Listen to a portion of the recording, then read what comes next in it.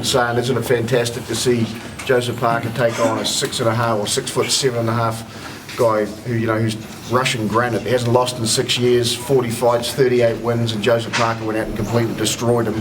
From my point of view as a promoter, that's given us the impetus to go forward and secure the world title fight as soon as we possibly can. And on that performance, I've got to say Joseph Parker is going to be one dangerous bastard going forward.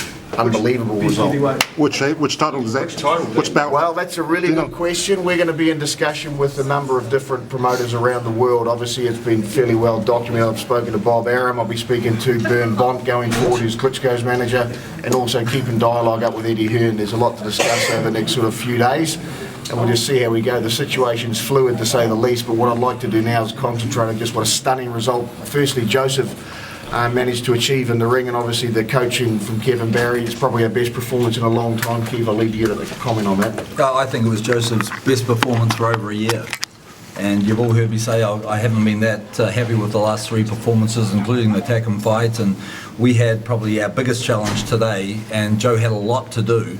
We had a great training camp, and what he did tonight, you could tell the spark was back. He actually had some purpose to his punches.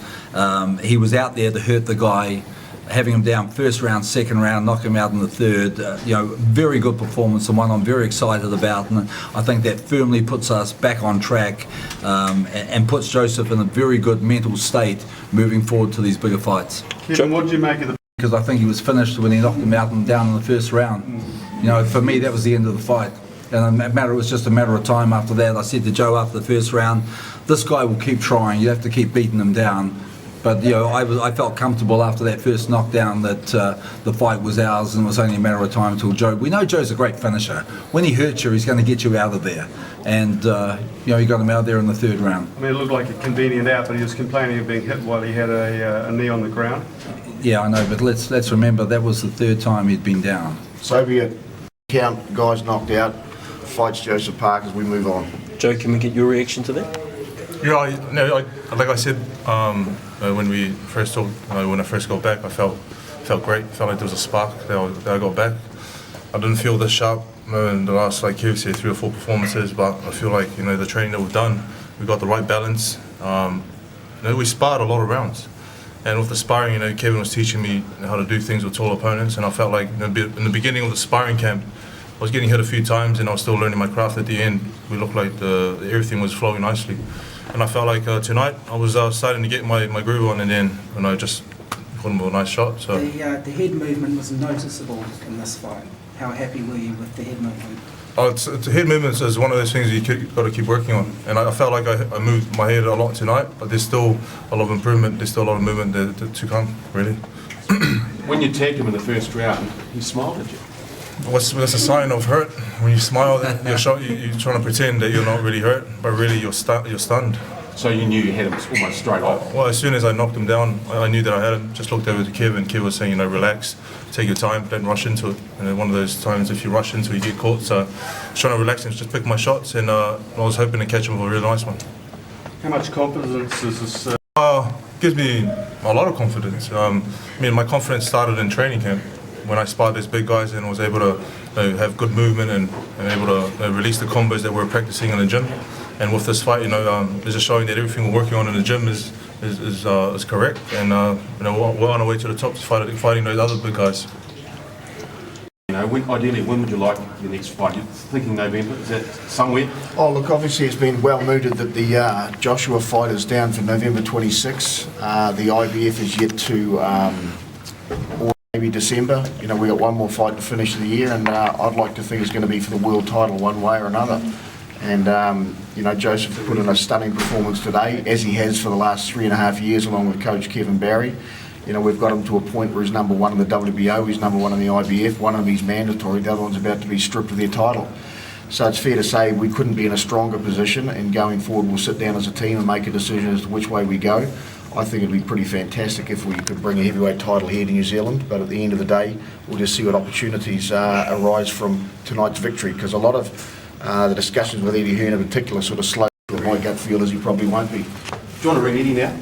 And you got his number? I have got his number. Let's go, Danny. We'll talk to Eddie at a later date. Actually, to be fair, Eddie did send an email earlier on and says, mate, good luck, hope it goes well tonight. So, he's obviously in Joseph's corner. He wants to see. It's good for heavyweight boxing that Joseph Parker comes through like he did tonight.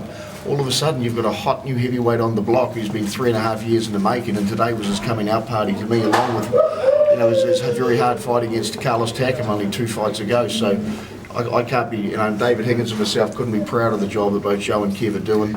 We're doing our stuff outside the ring, they're doing their stuff inside the ring, and, very soon we'd like to think we're going to have a brand new heavyweight champion of the world emanating out of New Zealand. I think over the next couple of weeks we're going to have a lot of talk about what's coming up. But I think, like all you guys have seen a lot of boxing now. We've had a lot of fights over the last 3.5 years. You've watched the development. You've watched Joe on performances that aren't good. You know it was a good performance tonight. That's what we should be focusing on. That should be the story. That Joseph Parker looked bloody great tonight. That he moved his head better than any other fight in his 21 professional fight career. That he was able to get to the body on a big guy. That he was able to knock a guy down 3 times in 3 different rounds. A guy who'd only lost 2. So we couldn't be happier. And you saw the shape he turned up in. He was in great shape. What they said. Yeah, he came here 2 weeks early. They were serious.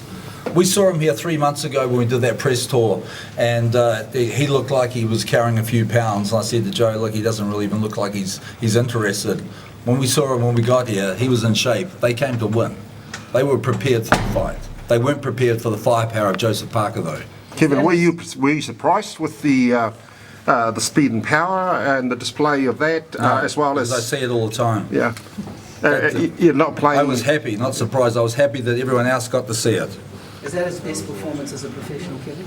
Look, I think it's definitely up there. If you factor in all the little pieces of skill work that he did tonight, the hand movement, the head movement, the stepping around, turning the bigger guy, being able to close the distance, these are all things that we work on day after day after day that people don't get to see.